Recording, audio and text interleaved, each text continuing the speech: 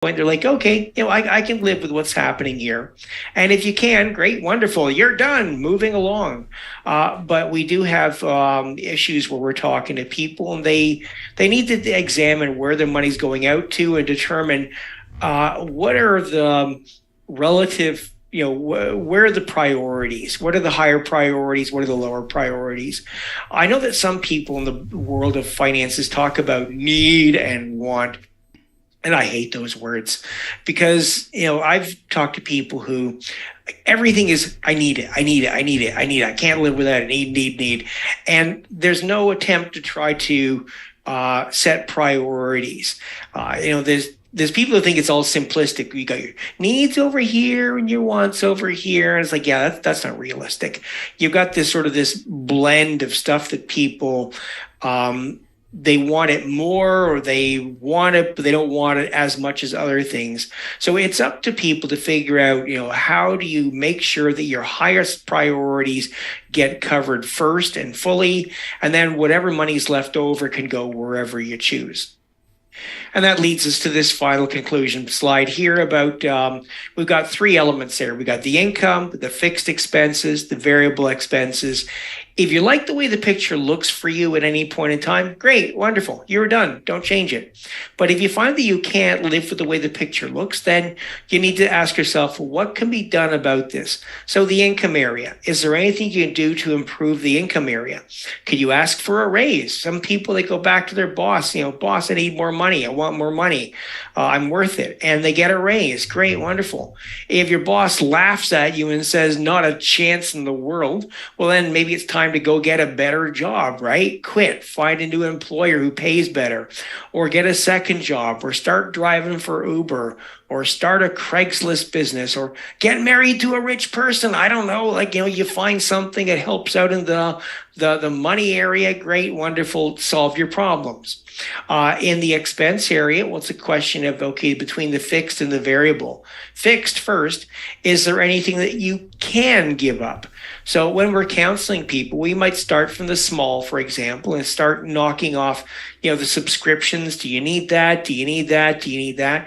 And then working our way up and saying, okay, well, do you need that? Do you absolutely need that? And seeing what people might be able to live without. And then the variable expense is a question of just tracking where your money's going out to and cutting in the areas that wind up being the lowest priority. So there's no magic in this. It's just looking at those three elements there and playing around with them and saying, okay, how can I muddle through life as best as possible? Now, before we get out of the area of you and your own money, we wrap things up here. We get a little bit lighter. Up to this point, it's been kind of like depressing, like, oh, got to manage my money, and not very exciting, not an awful lot of fun, but at least we survived that part. So the budget I was looking at before, we got the three components: the income, the fixed, and the variable spending. And there's a fourth component, savings. Saving is all about your future and what you want to have, what you want to do, what you want to experience in that future. So everybody has something that they want, right? Maybe not for yourself, maybe for your kids or other family members. It's a question of what are you capable of doing and what are you willing to do to actually get to that future. And that is the land of talking about goal setting. Goal setting is about setting a method for thinking about the future, planning out what you want, and planning out the route to actually go and achieve that. So on the slide here, I threw this extremely simplistic example of, Richard wants a vacation. Like everybody wants a vacation. And, because it's super simplistic, I said, let's call it a $1,200 vacation that's going to happen 12 months from now. So obviously I'm just doing that to give myself some really, really simple math. Look at that. Monthly savings, I need to find $100. Now, life is just not going to offer up such simplistic, scenarios. But if you were to take this type of idea and ramp it up an awful lot more, you'd be in the land of the stuff that people are planning long term about. Like, when are they going to retire? When are they going to buy a home? How are they going to be able to put their kids through school? Maybe there's like the idea of like, okay, that, getting a cottage up north, or I don't know what you want. Like, decide for yourself what it is that you want. But anyway, what we are working towards here is the idea of grabbing a hold of some of our money and saying, okay, hey, you're not going to get spent today. You're going to be put over in the magic land of savings. Now, this first slide here in savings is all about one word, and our magic word here is automatic.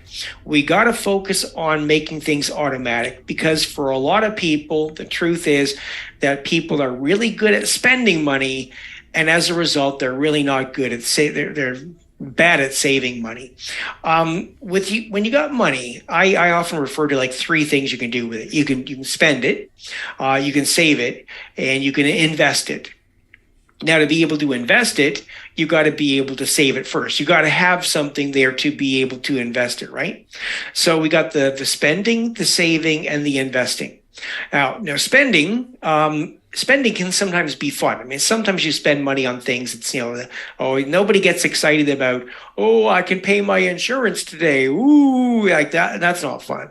But there is some spending that is fun. You can figure out for yourself what spending is fun, right? So let's say spending can be fun. Investing can also be fun. It depends on if the market's going up or going down. There's times like now where the market's been going down, and that's not so much fun. But when the market is going up, it is nice. If you've got money invested in something and your investments are growing, you're checking your investments and you're like, oh, look at that. My investments are up this much since the last time I checked. That's very, very nice. So here we have spending, fun, investing, can be fun. And in the middle, we have saving. And you know what saving is? It's boring. It's not fun at all. It's boring. Like, if you think about, just the mere fact of saving money, it's like, let's say you moved $100 from your checking account to your savings account. How excited are you about that? You're not. Savings is boring, but saving is that important middle step between the money you spend and the money you invest. You've got to get it out of the one pocket to get it over to the other pocket. So that's why I talk about making things automatic. This is where I put in a really big pitch for people to touch base with your financial institution. Doesn't mean you have to go in and talk to anybody. You just go on the website, take a look around. But what I want you to do is look around for ways to move money automatically, get it out of your checking account, get it over into other accounts where it can do some good over the longer term. In terms of the other accounts, a couple of suggestions for you. For a lot of people who are, getting their finances all set up, I like to recommend they have three different accounts. So the three different accounts, first off, you got your checking account. Your checking account is there to cover the regular bills, the daily spending, the money you live on, right? So, and that's where usually your money, when it's coming in, it's landing in the checking account. So you got some money there to cover, your monthly, whatever it is you're doing. Then next to that, you have just a regular straight savings account. Now, you don't put money in a regular straight savings account to try to earn money, because the interest rate is tiny, tiny, tiny. So this is where you keep money for emergencies and irregular expenses and anything that that it's coming up soon in the pipeline. The idea there is you got some place you can put your hands on money fast. And there's times where people don't have a place to go and put their hands on money fast. And then what happens is something happens in your life. And the next thing you know, they're out there using some sort of high cost credit. They're going to the payday loan place to go and borrow some money from there. So you're having something there to it's your rainy day money. So we got your checking account, that's your regular monthly money. Your savings account, that's your money for a rainy day. And then finally, whatever's left over, that's your investing money. And that's where you want to talk to your bank again and find out about different vehicles that might be appropriate for you. You can ask them about tax-free savings accounts, RRSPs, are ESPs, registered education savings plans for kids if you're trying to save for your kids' university. Anyway, talk to your bank about what kind of investment vehicles they might suggest, they might recommend. And then you got some homework to do after that. Last point before we are out of chapter 1 is just quickly on the subject of savings and the subject of windfalls. So windfall is irregular income by definition. It could be a complete one-off, like an inheritance or a lottery win, or it could be something that actually happens more frequently, like annually.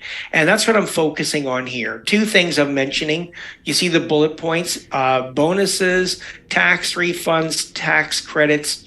Specifically looking at the tax refunds, tax credits. For a lot of people, the single largest chunk of unplanned for income is when the tax refund comes in. And having it diverted into savings, like it says on the slide there, it may provide the ability to avoid using high cost credit like payday loans. So anyway, that's what I wanted to say in that first area. We're going to do the Q&A at the end here, although if anybody wants to throw anything into the chat at any point in time, please feel free to do so. But what we're going to do is we're going to click and we're going to go to chapter 2, the using credit, and that gives me a chance to have a drink of water. Okay, within chapter 2, we're looking at your usage of other people's money and what I think it's worthwhile for you to know in this area. So I've got some positives and some negatives coming up here. And as you can see, I've broken this part also into 3 topics. Let's dive into the first area about, just general knowledge about credit usage. So I've talked to an awful lot of people over an awful lot of years about the subject of credit. And I've talked to people who say, oh, credit is the greatest thing in the world. I got a beautiful house out of like this, borrowing and borrowing and borrowing. And then the other people are like, oh, credit is horrible. My Uncle Bob got a credit card and then he had to file a bankruptcy and he's always been poor and broke ever since and he's miserable. I like to point out that I don't think the credit is actually either good or bad. It's a tool. Like it says in the lower right there, it's a tool. It can be a useful tool. Like any other tool, it can be used well, it can be used badly. And that depends on the user and what they're actually doing with this tool. So keep in mind, I'm considering credit to be neither good nor bad.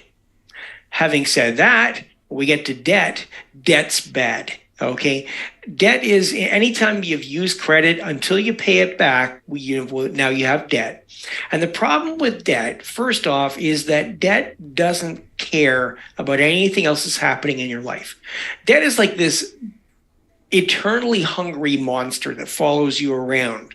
Imagine like you got some sort of monster following around. There's like just going, feed me, feed me. That's all it ever says is feed me, feed me, feed me. And it won't shut up and it won't go away until it's like completely extinguished. So you've got this thing that follows you around and it doesn't care what's happening in your life. Oh, you lost your job? Debt doesn't care. You got really sick. Maybe you got cancer or something. Debt doesn't care. Your spouse just left you or died or something. Debt doesn't care. Debt doesn't care about anything except getting fed. Just like this always hungry monster. And this always hungry monster has an enlarging appetite, and that's the cost of debt. So whatever is the additional cost of having credit, that can be a little, that can be a lot. And that's one of the things I want to focus on in the next few minutes is how the cost of debt can really just run right off the end of the scale. Now, before we get to the really ugly end of credit, we're going to spend just a little bit of time talking about what, for some people, is the really nice end of credit. And to do that, we're going to talk about the credit card. So, the credit card, it is the most common credit product in Canada in the 21st century. Virtually everybody in Canada, almost every adult in Canada is going to have at least one credit card at some point in their life. Some people are going to make the mistake of having a lot more than just one, but for many people, one credit card, that's going to be something that's going to happen with people. I'd say for most people, the credit card is the first credit product they were ever introduced to. If you're a teen growing up in Canada, you're barely past your 18th birthday, and your bank wants to know, do you want to have a starter credit card? If you're a newcomer to Canada, you're just setting up your banking relationship here in Canada, and you're asked again about a starter credit card. This is also the form of credit that's going to be used the most frequently, in a lot of cases on a daily basis. And what I want people to know in this presentation, there's a couple things about the credit card that are really, really important for people to know. And it goes back to debt and the cost of debt. So, okay, let's just take a look at the right side of the slide I've got for you right now. Do you know there are people out there, like me, I'm one of them, who pay an effective interest rate of 0%? Okay, I haven't paid a penny in interest in many, many years. And I've got 2 credit cards, and I use those things all the time. I leave home, I'm going out, even I'm going through the Tim Hortons drive-thru. You know how I'm paying for it? With a credit card. And I pay 0 interest. What do I do? How do I do that? How do I pull this off? I'm in the grace period. And I'm pretty sure there's somebody out there who's already heard all this, and they're thinking, he's talking about grace periods now. For God's sake, everybody knows about grace periods. Unfortunately, a lot of people don't. A lot of people have never heard about grace periods. And so this slide here, it's slide number 22, in case you're curious when you get the slide deck. This is one I want you to really, really burn into your brain. You got to stay in the grace period. So the grace period, what is it? It's the time when no interest is charged. So you pay 0 interest, like me. What do you need to do to stay in the grace period? You have to clear the balance completely in full at least once every month. That balance has to touch 0. Even if it only touches 0 for like 1 minute, you pay it off, and then you're like, I paid it off. Now I can go spend money again. Oh, that's what I do. And anyway, if you are clearing the balance in full, you're in the grace period. And the last point I have on the slide here, on the right side, this is something that I consider to be very, very, very important. People who pay off their credit card more often than once a month are much, much, much less likely to ever have any credit problems. So I'm going to ask you to really think about that. If you get in the habit of doing an electronic payment, zeroing out your credit card twice a month, you will probably never talk to a credit counselor again. So it's like you wave goodbye to Richard, and you never, ever, ever, ever have to talk about this subject again. It's a very important slide, and we're done with that slide. Now, for the people who are in the grace period, or who will get in the grace period, I got one thing specifically I want to say to the grace period people, and that is, do your homework on the subject of what kind of potential benefits are offered by credit card issuers, because there's a lot more than just cash back. A lot of people, they hear the words cash back, and they're like, oh, there will be cash back for me. Look at points programs, look at travel rewards, look at discounts, look at whatever else they might be offering, and do your homework. Work out what actually works best for you. I have 2 credit cards. One credit card, I go nuts on points programs. I love my points programs. When I have enough points in, I typically cash in, and I generally get a prepaid gas card, so I get some free gas for a while.